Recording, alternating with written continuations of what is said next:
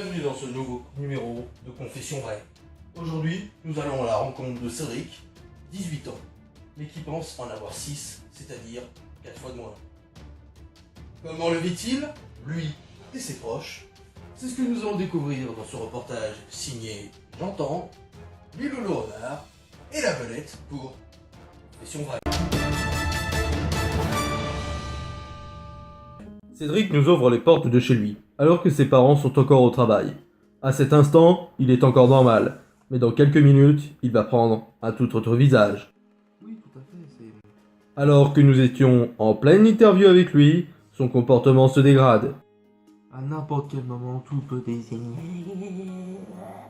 Il commence alors à nous faire des grimaces, ainsi que des gestes qui nous semblent inappropriés. Soudain, il émet le souhait d'obtenir notre caméra. Notre refus va créer en lui une immense colère.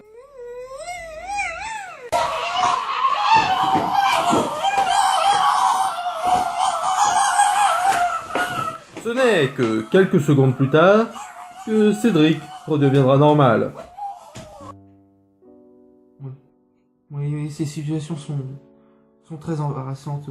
Je me suis parfois retrouvé à faire pipi sur le bureau d'un professeur, à faire des touches cucu et touches gigi à mes camarades de classe, ou à faire des caprices pour absolument appuyer sur la lame incendie. Le pire, c'est quand même, quand je suis comme ça, ma passion pour les fermetures éclairs. Monter, descendre, monter, descendre, monter, descendre, les fermetures éclairs. Vous savez, c'est très compliqué à vivre au jour le jour et à la nuit. Très compliqué.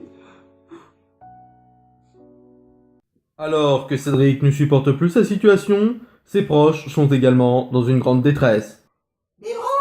Sa mère, Sylvie, en est une preuve.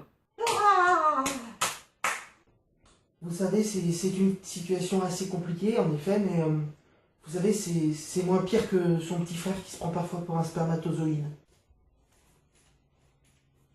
Mais Sylvie finira par craquer devant nos caméras de Confession Vraie. Pour pleurer, vous pouvez en faire un tout petit peu plus. Vous savez, c'est tellement compliqué à vivre tous les jours.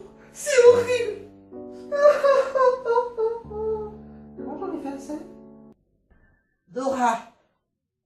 Nous avons alors consulté le docteur Jacadi pour en savoir plus. En effet, il s'agit d'une maladie génétique rare qui se situe sur le second chromosome de la paire 11. Comme vous pouvez le voir, il y a eu un effacement d'allèle, ce qui a provoqué cette maladie rare. Allez, saute.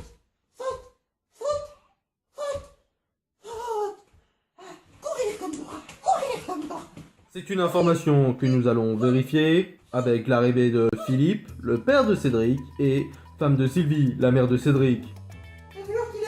Qu'est-ce que tu faisais encore? Ouais, je fais ce que je veux. Ouais. Ah non, quand même. C'est pas ma mère. Sache que je suis ta femme. Vas-y, tu m'as cassé les couilles, je me barre. Vas-y, je me barre. Tu m'as cassé les couilles. Vas-y. Nous nous rendons alors dans la chambre du père, qui est apparemment atteint du même syndrome.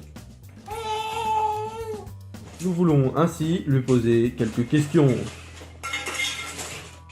Vas-y, qu'est-ce que tu fais là, toi? Vas-y, dégage avec ta caméra, là. Allez, dégage. Allez, vas-y, attends, allez. Notre éducateur Pascal est alors obligé d'intervenir.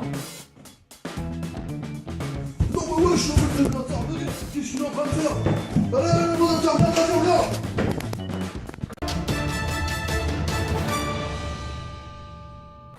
Et voilà, notre reportage se termine ainsi. Si vous souhaitez savoir ce qu'il se passe après, n'hésitez pas à regarder ce soir Pascal, le cousin germain de ma belle-sœur. On se retrouve demain pour un nouveau reportage sur Fabrice, un fan de 5 à 7.